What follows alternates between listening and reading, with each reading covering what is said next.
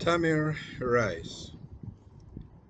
He came upon the scene, all poised to intervene, in a rather deadly fashion, without a word of caution.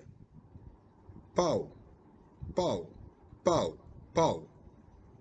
To lethal force he bowed.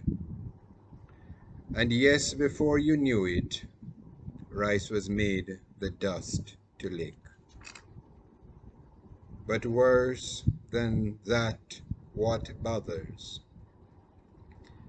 What causes all of us to shudder is if that cup had only checked, he would not have caused such wreck.